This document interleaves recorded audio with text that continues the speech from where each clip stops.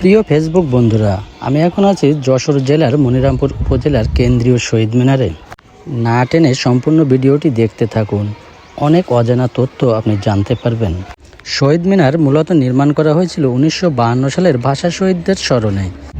1952 সালের 23শে ফেব্রুয়ারি ঢাকা মেডিকেলের ছাত্ররা প্রথম ইট সিমেন্ট বালু দিয়ে নির্মাণ করেন এই শহীদ মিনার, যেটা 26শে ফেব্রুয়ারি আবার পুলিশ ভেঙে দিয়েছিল।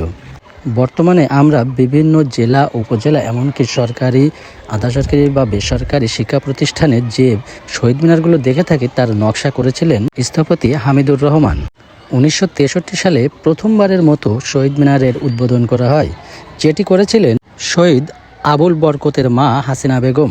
1999 সালে ইউনেস্কো আমাদের 21শে ফেব্রুয়ারিকে আন্তর্জাতিক মাতৃভাষা দিবসের স্বীকৃতি দেয়, আর সেই কারণেই বর্তমানে আমাদের এই মাতৃভাষা দিবসটি আন্তর্জাতিক মাতৃভাষা দিবস হিসেবে সারা বিশ্বে পালিত হয়ে থাকে। প্রতি বছর 21শে ফেব্রুয়ারি রাত 12টা 1 মিনিটে রাষ্ট্রপতি, প্রধানমন্ত্রী সহ সকলেই শহীদ মিনারে শহীদদের প্রতি শ্রদ্ধা জানিয়ে থাকেন।